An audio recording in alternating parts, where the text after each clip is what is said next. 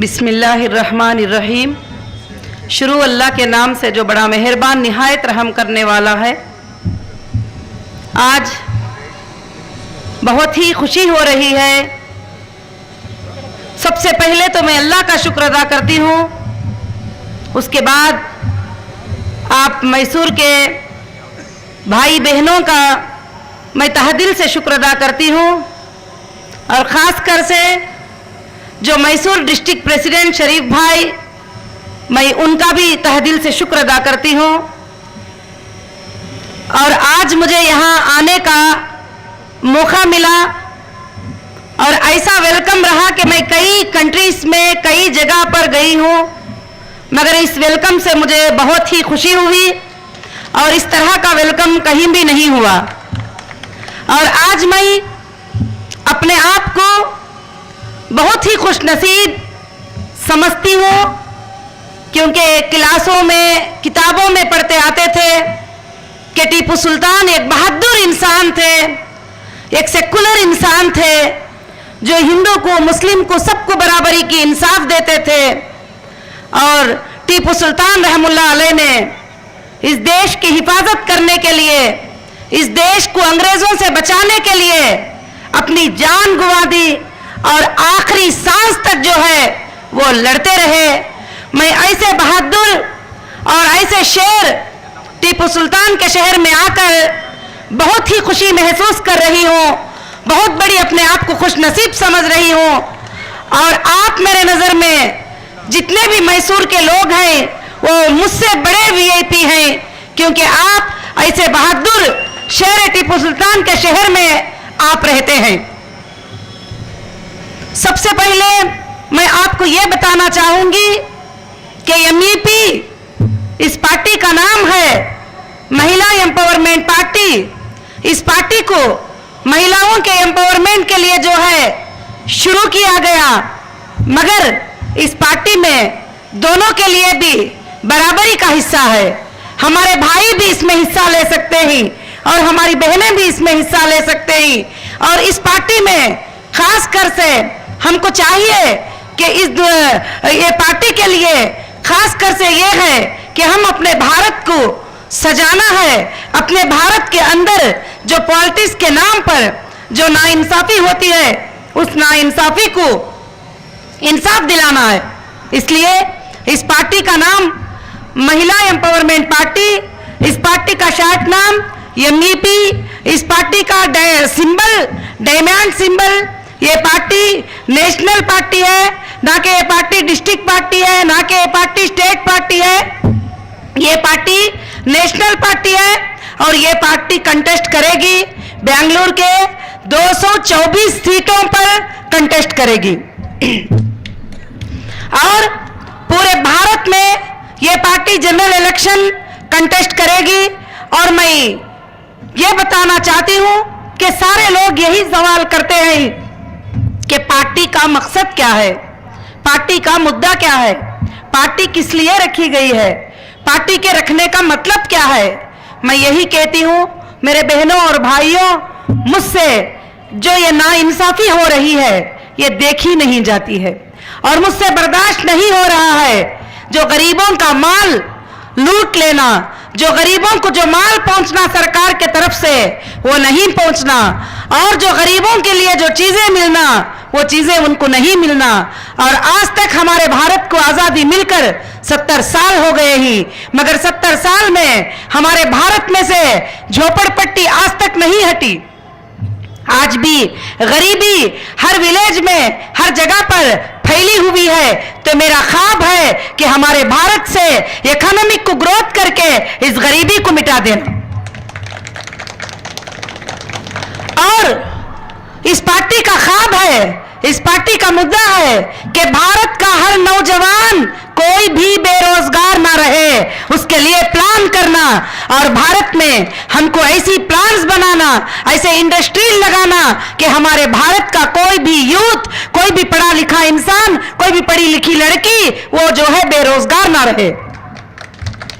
सबसे पहले हमको चाहिए कि हम अपने भारत की बेरोजगारी को हटाएं। उसके लिए ये पार्टी काम करेगी और उसके सॉल्यूशन निकालेगी। और खासकर से कर्नाटक के अंदर जो प्रॉब्लम ही, उसके लिए भी ये पार्टी आएगी, उसके सॉल्यूशन निकालेगी। खासकर से कर्नाटक में जो पानी का प्रॉब्लम है, कई विलेजों में 2-2 दिन में एक बार पानी आता है, कई विलेजेस में 10 दिन में एक बार पानी आता है। मुझे बल्लारी के लोग बता रहे थे वहां पर तो 17-18 दिन में एक बार पानी आता है। तो आज हमारी कंट्री का बजट इतना बड़ा है, मगर हमारे लोग पानी के लिए तरस रहे ही, वो भी हर तरफ नदियां, हर तरफ समंदरें, हर तरफ बोर डाले तो पानी आने वाली कंट्री में पानी का प्रॉब्लम नहीं होना चाहिए। इसके सॉल्यूशन हमको निकालना है। और दूसरा, ये पार्टी का मुद्दा है कि जैसा लोग पार्टी में ये होते हैं कि पार्टी को सिर्फ जब तकरीर में आते हैं तो ये पार्टी उस पार्टी का बताती है, ये पार्टी उस पार्टी को बुरा बोलती है, ये पार्टी वो पार्टी को बुरा बोलती है, वो पार्टी ये पार्टी को बुरा बोलती है। हालांकि उससे क्या फायदा है हमको क्या फायदा है कि पार्टी पार्टी को बुरा बोलती है और हम क्या होते हैं, हम ज्यादा से ज्यादा उसमें जो है इमोशनल में आ जाते हैं और लोगों को बहकाते हैं लड़ाई और झगड़े करने के लिए और हिंदू मुसलमान के झगड़े लगाते हैं। जबकि ये कंट्री पीस कंट्री है। ये भारत का कॉन्स्टिट्यूशन कहता है आप चाहे हिंदू रहो, आप चाहे मुस्लिम रहो, आप चाहे क्रिश्चियन रहो, आप चाहे कोई भी जात के रहो, आप अगर दोनों ही लोग ही भारत के अंदर अगर उनकी भी एक जात है तो उनका भी रेस्पेक्ट करना पूरे भारत का काम है। और किसी को भी जो है निकाल कर बात करना और किसी के मजहब का मजाक उड़ाना यह भारत के कॉन्स्टिट्यूशन में नहीं है। भारत का कॉन्स्टिट्यूशन अगर सीधे से पढ़ते हैं, अगर स्टडी करते हैं तो भारत का कॉन्स्टिट्यूशन से बेहतर पूरे वर्ल्ड में कहीं भी ऐसा कॉन्स्टिट्यूशन नहीं है जो सबको मिलकर जीने का सिखा रहा है, जो सबको मिलकर रहने का सिखा रहा है, हर किसी का रेस्पेक्ट सिखा रहा है।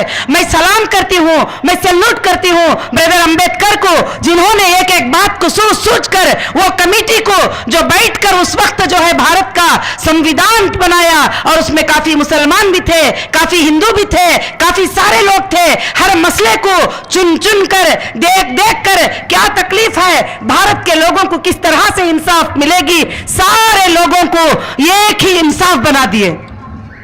आज हम जिसको वोट डालते हैं वो सीट पर बैठकर हमारा मजाक करता है।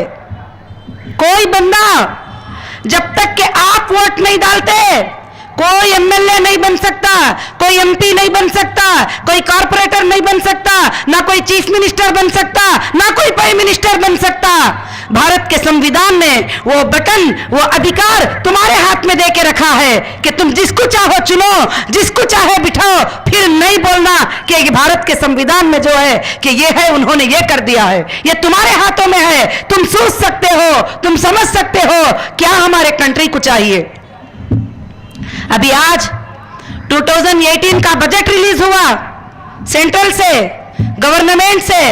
वो बजट को मैं जब पढ़ के देखती हूं तो उस बजट में ना वुमेन्स के लिए कोई प्लान है, ना वुमेन्स के लिए कोई बजट है, ना उस बजट में आने वाले नौजवानों के लिए, उनके जॉब के लिए कोई चीज नहीं है बजट में। तो और बहुत सारे चीजें, बहुत सारे डिपार्टमेंट्स के लिए जो भारत के लिए काम करते ही उनके लिए बजट में कोई भी प्लान नहीं है। आप बजट चेक करके देखिए कि बजट तो लाखों लाखों के करोड़ होता है मगर किसी का कोई सुधार नहीं होता। अभी आप अगर बजट देखेंगे तो सेंट्रल से ये साल में 25 लाख करोड़ का बजट था, 30 लाख करोड़ का बजट था, मगर आप 5 साल पहले कैसे थे आज भी वैसे ही है। ना आपके घर बदले, ना आपके घरों में रोजी बढ़ी, ना आपके बच्चों आगे बढ़े, ना कोई देश के रास्ते सही हुए, ना कोई गली सही हुई, ना कोई चीज सही हुई। बिल्कुल जैसा के वैसा ही है, खाली बजट हमारे पेपर्स पे रह जाते हैं। तो इसलिए पूछते हैं लोग कि पार्टी का मकसद क्या है, तो पार्टी का मकसद यह है कि मुझे बेचैनी है कि हमारे भारत में बहुत बड़ी नाइंसाफी हो रही है। जैसे जो भारत के बहादुर लोग अंग्रेजों की गुलामी से बचाने के लिए एक कदम उठाए थे और हम सब जो है अंग्रेजों की गुलामी से बच गए और बापूजी ने कदम उठाया और सारे लोग साथ दिए, उसमें काफी लोग मरे, काफी लोग जिए, मगर भारत को अंग्रेजों की गुलामी से आजाद कर दिए। आज भी हम जो है ऐसे लोगों की गुलामी में हैं जो हमेशा हमको गुलाम समझते हैं और ये समझते हैं कि ये सीट मेरे बाद मेरे बच्चे को, उसके बाद उसके बच्चे को, खाली अपने रिश्तेदारों में जो है ये चीजें बढ़ जाते हैं। तो मेरे भाइयों और बहनों, मैं ये सोच रखती हूं, मैं ये चाहती हूं कि भारत के हर नागरिक को इंसाफ मिले, वो चाहे मुसलमान हो, वो चाहे वो हिंदू हो। जो स्लम एरियाज है उसको हम डेवलप करें कि कभी भी कि इंडिया में स्लम एरियाज नजर तक ना आए। मेरी मेहनत इसके लिए शुरू हुई है और मैं भारत के स्कूल्स को यूनिफॉर्मिटी में लाना चाहती हूं कि चाहे मैसूर की स्कूल आप देखें, चाहे बेंगलुरु की स्कूल आप देखें, चाहे रूरल की स्कूल आप देखें, चाहे अर्बन की स्कूल आप देखें, आप विलेज की स्कूल देखें, एक ही यूनिफॉर्मिटी हो, एक ही तरह के पढ़ाने के टीचर हो। क्योंकि मालदारों के बच्चे प्राइवेट स्कूल में जाके पढ़ते ही, मगर गरीबों के बच्चे जो गवर्नमेंट स्कूल में जाके पढ़ते ही, उनके लिए कोई सहूलत हमारे सरकारों ने नहीं किया है। आज भी सही पढ़ाने के टीचर्स नहीं है। कहीं पर सर्वे किया जाए तो बच्चे तो आते हैं पढ़ने के लिए, 12 बजे तक उनको कोई चेक करने वाला नहीं, उनको कोई पढ़ाने वाला नहीं, और उनके लिए बाथरूम नहीं, उनके लिए पानी नहीं। मेरे भाइयों और बहनों, मैं चाहती हूं सारे भारत के अंदर गवर्नमेंट के स्कूल जो है यूनिफॉर्मिटी में आ जाए। हमारे गवर्नमेंट हॉस्पिटल जिसके लिए करोड़ों का बजट होता है, बीमार लोग जब गवर्नमेंट हॉस्पिटल में जाते हैं तो उनको सही मेडिसिन नहीं मिलती है, ना उनके लिए गैस के सिलेंडर होते हैं, ना उनके लिए बेड होते हैं। वो तकलीफ से काफी लोग जो है काफी परेशान होते हैं। मेरा इरादा है कि एमईपी के जरिए से हम गवर्नमेंट हॉस्पिटल्स को यूनिफॉर्मिटी में लेके आए और इंटरनेशनल लेवल में हम गवर्नमेंट हॉस्पिटल बनाए, ताकि हमारे गरीबों के लिए ऐसी सहूलत हो जाए कि अमीर भी उसके अंदर आने की चाहत करे। और हमको चाहिए कि खासकर से हम अपने भारत के डेवलपमेंट के लिए, अपने भारत में तब्दीली लाने के लिए राजनीति के शक्ल को बदलना बहुत ही जरूरी है। मेरा ख्वाब है कि एमईपी के जरिए से राजनीति के शक्ल को बदलना है कि कोई ये सोचे कि मैं नेशनल प्रेसिडेंट हूं। किस लिए है नेशनल प्रेसिडेंट? प्रजा की सेवा करने के लिए। कोई ये सोच ले कि मैं एमपी हूं, किस लिए है एमपी? प्रजा की सेवा करने के लिए। कोई ये सोचे मैं एमएलए हूं, एमएलए किस लिए है? प्रजा की सेवा करने के लिए है। एमएलए इसलिए नहीं है कि वो घर के अंदर जाके बैठ जाए, उसके वोट डालने वाले लोग उसके पीछे घूमते रहे, उसके तरफ वो ध्यान ना दे। इसलिए एमईपी ने कुछ पॉलिसीज बनाए। बहुत सारे लोग, मैं काफी मीटिंग्स ले रही थी बेंगलुरु में। जब मैं बेंगलुरु में टोटल बेंगलुरु के कॉन्स्टिट्यूंसी पे कंटेस्ट करने के लिए आई तो सारे लोगों ने यही कहा कि नई पार्टी है, कैसे आएगी, किस तरह से होगी, कैसे कंटेस्ट करेंगे। मैंने उन लोगों को एक ही जवाब दिया, नेशनल पार्टी होती है, नई और पुरानी नहीं होती। जैसा कि गोल्ड नया पुराना नहीं होता है, उसी तरह से भी नेशनल पार्टी वही पावर रखती है जो पुरानी पार्टी रखती है, और पुरानी नई में कुछ फर्क नहीं। और जो है एक इनकलाब हमको पूरे भारत के अंदर लाना है, और सरकार के कुछ फैसलों से हमारे लोगों को बहुत तकलीफ पहुंची है, जैसे नोटबंदी, जैसे जीएसटी, जैसे कंपनीज को बंद करा देना, जैसे छोटे छोटे लोगों को कहना कि तुम जो है जीएसटी मंथली फील करो। जिसको इंटरनेट नहीं आता, जिसको फील करना नहीं आता, वो सब के सब लोग बिजनेस बंद कर दिए हैं। गरीबों के हालात बहुत ही खराब हो गए ही। तो इसलिए देश में एमईपी का मकसद है कि पूरे भारत के अंदर जो है टैक्स में कमी लेके आना, पूरे भारत के अंदर इस जीएसटी के अजाब को हटाना, पूरे भारत के अंदर जो लोगों के ऊपर जो जुल्म आता है उसको हटाना। क्योंकि एक सरकार का काम होता है कि वो अपनी प्रजा की आसानी सोचे, बल्कि उनके ऊपर तंगी ना दे। और उसके लिए सोचे कि एक गरीब इडली खाता है, उसके ऊपर 80 रुपए जीएसटी हो गया। एक गरीब चाय पीता है, उसके ऊपर भी जीएसटी हो गया। इसके पहले कोई चीज पर, ऐसे खाने पीने के चीजों पर नहीं थी। तो काफी मुश्किलात जो है हमारे साथ हुए हैं। तो मैं चाहती हूं सबको इंसाफ मिले, और सबको इंसाफ मिले, और खासकर से जो है हमको चाहिए कि इसको सुधारने के लिए हम सब टीम बनेंगे, हम सब काम करेंगे। तो कोई बड़ी बात नहीं है कि सेंट्रल में गवर्नमेंट लाकर इन सारे चीजों को हम तब्दील कर सकेंगे, इन सारे चीजों को हम बदल सकेंगे। तो मैं सबसे यही गुजारिश करती हूं कि आज हमारी पार्टी की यही पॉलिसी है। बहुत सारे लोग हैं, बहुत सारे लोगों ने कहा कि एमएलए के सीट के लिए एप्लीकेशन दिए मेरे पास। मैंने कहा भाई साहब, मेरे ब्रदर, हम सबको टिकट देंगे, जो भी है, हिंदू है, मुस्लिम है, क्रिश्चियन है, मर्द है, औरत है, मगर आपके जीतने के बाद सबसे पहला प्रेफरेंस हर काम में औरत को देना चाहिए, हर काम में औरत को आगे लाना चाहिए। और मैं चाहती हूं कि अगर देश की प्रेसिडेंट अगर मर्द है तो देश के वाइस प्रेसिडेंट औरत होना चाहिए।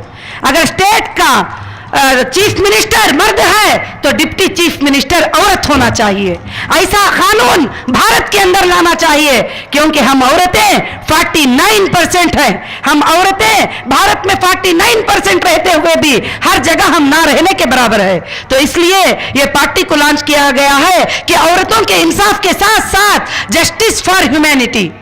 कुछ मर्दों ने यह सवाल किया कि औरत की पार्टी है, औरतों का काम है, हमारा क्या काम है?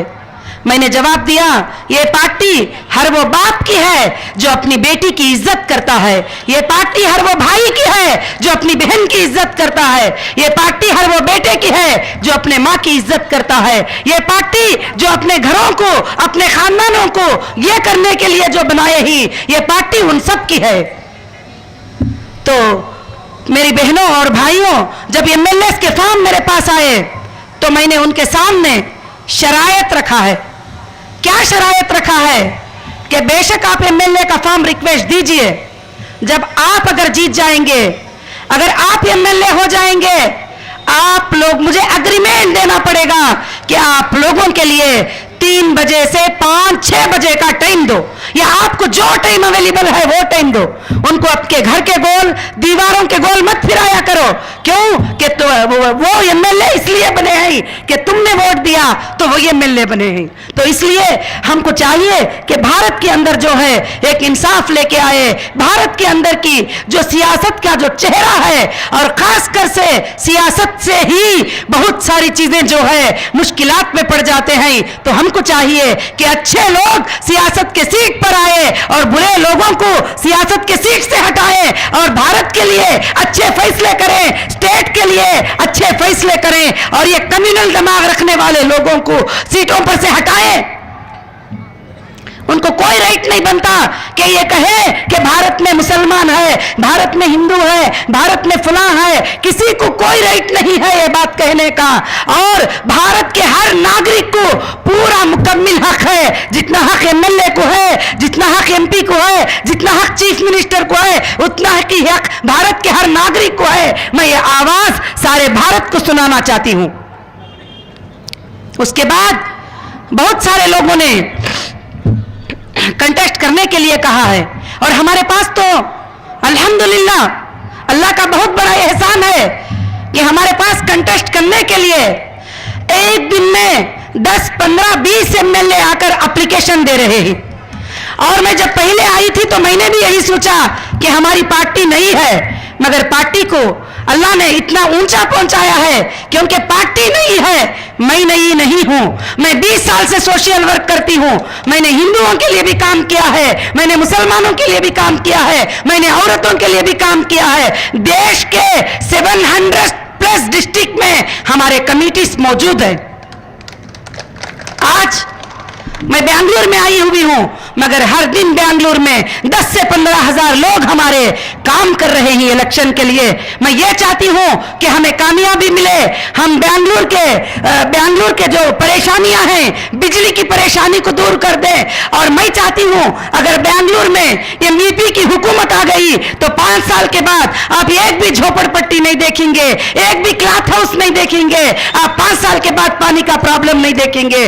जो मैनिफेस्टो में लॉन्च करूंगी, डेट वाइज तुमको वादा करके उसको मैं पूरा करूंगी, क्योंकि मैनिफेस्टो लॉन्च करने के लिए नहीं होता है बल्कि काम करने के लिए होता है। और मैं खासकर से ये उम्मीद रखती हूं कि आज मैं यहां पर ये बातें जो बता रही हूं वो सब आपको समझ में आए होंगे।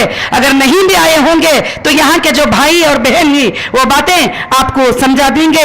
मैं फिर से एक बार सबको मुबारकबादी और खुशखबरी देना चाहती हूं कि मैसूर के मैसूर के जितने भी मैसूर डिस्ट्रिक्ट के कॉन्स्टिट्यूंसी है उसके अंदर हमारे जो शरीफ भाई हैं डिस्ट्रिक्ट प्रेसिडेंट है, और इंशाअल्लाह वो लोगों को जमा करके अच्छे अच्छे कैंडिडेट को चुने। ऐसे ना हो कि जो लोगों की खिदमत ना करे। मेरे पास टिकट उसको मिलेगी जो सोशल वर्कर है, जो पहले से लोगों को काम करते हैं, पहले से लोगों के लिए अच्छे काम करते ही उनको चेक करके मेरी पार्टी की टिकट मिलेगी। ऐसे ही नेशनल पार्टी की टिकट हर किसी को नहीं मिलेगी बल्कि उनको मिलेगी जो भारत के अंदर उनकी सोच है कि लोगों की खिदमत करें, उनकी सोच है मुसलमान को हिंदू को किसको भी तकलीफ आए उनकी मदद करने जाए, तो ऐसे लोगों के लिए मेरे टिकट्स अवेलेबल होंगे। मेरे टिकट्स उनको ही अनाउंस होंगे जो भारत में अमानतदारी से काम करेंगे, हाँ अमानतदारी से काम करके लोगों की मदद करेंगे। और मैं खास कर से और जो अपने गुंडागिरी जमाने वालों को मैं टिकट देना नहीं चाहती, और जो अपने आप को बहुत बड़ा मैं एमपी समझने वालों को मैं टिकट देना नहीं चाहती। मेरे पास वो ये आए कि मैं लोगों का गुलाम हूं, मैं समाज का सेवा करने के लिए हूं, तो ऐसे लोगों को मैं चेक भी करूंगी, ऐसे लोगों को मैं देखूंगी, मैं उनको टिकट दूंगी। मुझे भी लोग कह रहे थे कि मैडम आपको तो नेशनल प्रेसिडेंट ही, आपको इतनी इतनी देर लोगों को टाइम नहीं देना चाहिए, आपको ये छोटे छोटे प्रोग्रामों में अटेंड करने की जरूरत नहीं है। मैंने कहा कि नेशनल प्रेसिडेंट से ही सबक शुरू होता है। अगर मैं ऐसी बनूं, मैं गली गली में जाके काम करने वाली बनूं, तो तुम सब भी गली में काम करने वाले बनोगे। मेरे एमएलएस, मेरे एमपीज भी मेरे साथ आकर ऐसे ही काम करेंगे। अगर मैंने ही पहले से गुरूरी बताई तो फिर ये भी ऐसे ही बन जाएंगे। सबक वहां से ही मिलता है गुरूरी का। तो मैं चाहती हूं हम सब एमजीपी के जितने भी एमएलए होंगे, जितने भी एमपीस होंगे, जितने भी मिनिस्टर होंगे, आगे जाकर कुछ भी होगा, सब के सब समाज के काबिल बन के रहेंगे। ये सबक मैं सिखाना चाहती हूं पूरे भारत को। तो इसके साथ साथ मैं जो है सबका शुक्र अदा करती हूं जो मैसूर के हमारे भाई और बहन हैं जो यहां पर अटेंड किए ही, और मैं उनको चाहूंगी कि मेरी आवाज को दूसरों तक आप पहुंचाने की कोशिश करें ताकि भारत को मजबूत बनाने में, भारत के संविधान को रिटर्न फॉर्म करने में हमारी मदद हो जाए। और आप सबका मैं शुक्रिया अदा करती हूं, खासकर से मीडिया डिपार्टमेंट का और खासकर से पुलिस डिपार्टमेंट का, और पुलिस डिपार्टमेंट का मैं खासकर से शुक्रिया अदा करती हूं कि उन्होंने हमें काफी कोऑपरेट किया और हमें सपोर्ट किया। यहां पे नहीं बल्कि हर प्रोग्राम में, हर जगह भी जो है हमें सपोर्ट किया है। और मैं खास एक बात आपको बताना चाहती हूं, लोग कुछ कुछ बदगुमानी की बातें करते हैं, ये पार्टी को बीजेपी ने भेजा है, शायद ये पार्टी को कांग्रेस ने भेजा है। मैं आप सबके सामने वादा करती हूं, ना ये पार्टी कोई बीजेपी की है, ना ये पार्टी कोई कांग्रेस की है। ये पार्टी अपने आप में बोर्न स्टैंडिंग नेशनल पार्टी है। ये किसी की पार्टी नहीं है, ये लोगों की पार्टी है, ये गरीबों की पार्टी है, ये यतीमों की पार्टी है, ये भारत के लिए जो इंसाफ करना चाहती उन सब की पार्टी है, भारत के हर नागरिक की पार्टी है। इसीलिए मैं बॉडीज भी बनाने के लिए जब प्रेजेंटेशन देती हूं तो मैं कहती हूं कि बेसिक से ही मेरी बॉडी में, स्टेट बॉडी में, डिस्ट्रिक्ट बॉडी में, कॉन्स्टिट्यूंसी बॉडी में, कॉर्पोरेटर बॉडी में, वार्ड बॉडी में मर्द और औरत दोनों भी बराबर रहेंगे और हिंदू और मुसलमान भी रहेंगे। यहां जितने भी बैठे ही मुझसे मुलाकात की ही मैंने यही कहा है कि मेरी पार्टी के बाड़ी में पूरों को बराबर हक होगा। अगर प्रेसिडेंट है मर्द तो वाइस प्रेसिडेंट औरत को रखो, अगर वाइस प्रेसिडेंट औरत है, प्रेसिडेंट औरत है तो मर्द को रखो। मेरी बाड़ी में मैं कहती हूं सबको सब होना चाहिए, मुझे हिंदू भी चाहिए, मुसलमान भी चाहिए, क्रिश्चियन भी चाहिए। मैं इसलिए आप सबको सलाम करती हुई, आप सबको सैल्यूट करती हुई, इस शहर में जो टीपू सुल्तान जो बहादुर थे उनकी बहादुरी को सैल्यूट करती हुई मैं जो है सबको मुबारकबादी पेश करती हुई, क्योंकि मेरी बातें कुछ समझ में ना आए हो तो मैं माफी चाहती हुई जो है प्रत्येक से ये करती हूँ कि और मैं ये बताना चाहती थी कि ये जो पार्टी है ये किसी से मिली हुई पार्टी नहीं है। इसका इन्वेस्टिगेशन करें, इसको पीछे से पूछो, आगे से पूछो। ना मैं पहले किसी पार्टी की मेंबर थी, ना मैं किसी पार्टी में थी। ये पार्टी वन पार्टी है, तुम्हारे लिए इंसाफ के लिए आई है। अगर तुम सब साथ देंगे तो भारत को एक इंसाफ का घर हम बना सकते हैं। जय हिंद, जय Karnataka.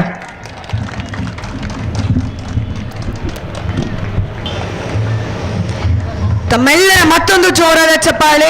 All India Mahila empowerment ಪಾರ್ಟಿಯ ಅದ್ಭುತವಾದ ಕಾರ್ಯಕ್ರಮ ಈ ಸಂಜೆ ಬಹಳಷ್ಟು ಸಕ್ಸಸ್ಫುಲ್ ಆಗಿ ನಡೀತಿದೆ.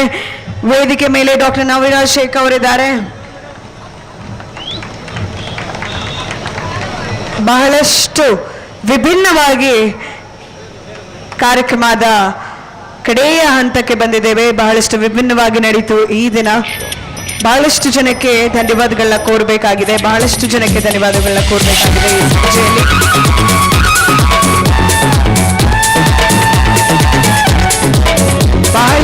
ಬಹಳಷ್ಟು ಧನ್ಯವಾದಗಳು.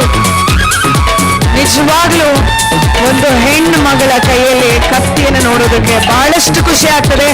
ಮತ್ತೊಂದು ಜೋರಾದ ಚಪ್ಪಾಳೆ MAPಗೆ.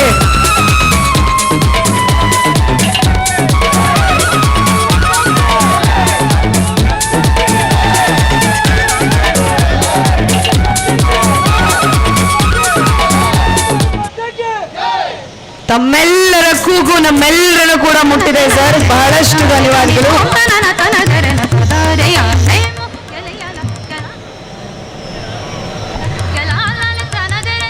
ಈ ದಿನ ನಮ್ಮ ಬಳಿ ನಮ್ಮ ಜೊತೆ ಬಹಳಷ್ಟು ಜನ ಸೇರಿಕೊಂಡಿದ್ದಾರೆ.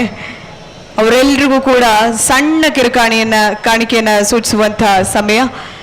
ಧನ್ಯವಾದಗಳು. ವೇದಿಕೆ ಮೇಲೆ doctor Nowhera Shaikh, the national president of all India Mahila empowerment party, Akhil Bharat ಮಹಿಳಾ ಸಬಲೀಕರಣ ಸಂಘ, ಸಬಲೀಕರಣ ಪಕ್ಷದ ಎಲ್ಲ ಗಣ್ಯಾತಿ ಗಣ್ಯರು ವೇದಿಕೆ ಮೇಲಿದ್ದಾರೆ. ಎಲ್ಲರಿಗೂ ಕೂಡ ಆತ್ಮೀಯವಾದ ಧನ್ಯವಾದಗಳು.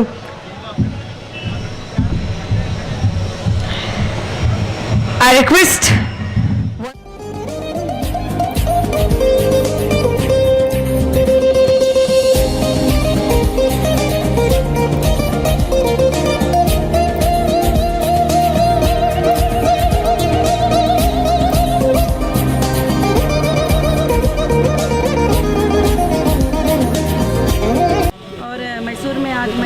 बहुत ही अच्छा इस्तकबाल रहा और इस्तकबाल पहले बड़ा नया इस्तकबाल रहा।